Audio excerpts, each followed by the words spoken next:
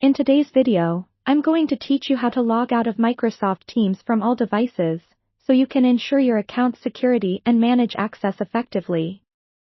Whether you've been logging in from various places or simply want to refresh your sessions, this guide will walk you through the essential steps with ease. First, let's start by opening your preferred web browser. You'll need to visit the Microsoft account website. In the address bar, type in account.microsoft.com and hit enter. Once there, go ahead and sign into your account using your Microsoft credentials. You may be prompted to verify your identity. This could involve entering a code received via email or text message, or maybe answering a security question. This step is crucial as it adds an extra layer of security to your account, preventing unauthorized users from making sensitive changes. Now that you're logged into your account, take a moment to familiarize yourself with the layout.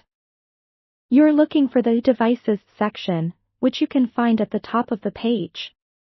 This section contains a comprehensive list of the devices that are currently linked to your Microsoft account. It's a great way to make sure you remember all the places you might have logged into Microsoft Teams. Under the Devices tab, you'll need to select Manage Device. This option allows you to see specific details about each device, including when it was last active with your account. It's helpful for spotting any unfamiliar activity that might require attention. Once you've clicked on Manage Device, look for an option labeled Sign Out Everywhere. By selecting this, you ensure that every session associated with that particular Microsoft account gets logged out from all devices. This includes Microsoft Teams, providing a clean slate across all the platforms you might have accessed. After you've completed these steps, it might be a good idea to change your password for added security. To do this, head back to the main account page and select the Security tab.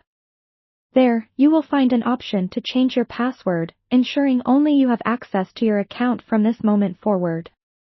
It's always wise to choose a strong, unique password, ideally a mix of upper and lower case letters, numbers, and special characters, helping to secure your account even further.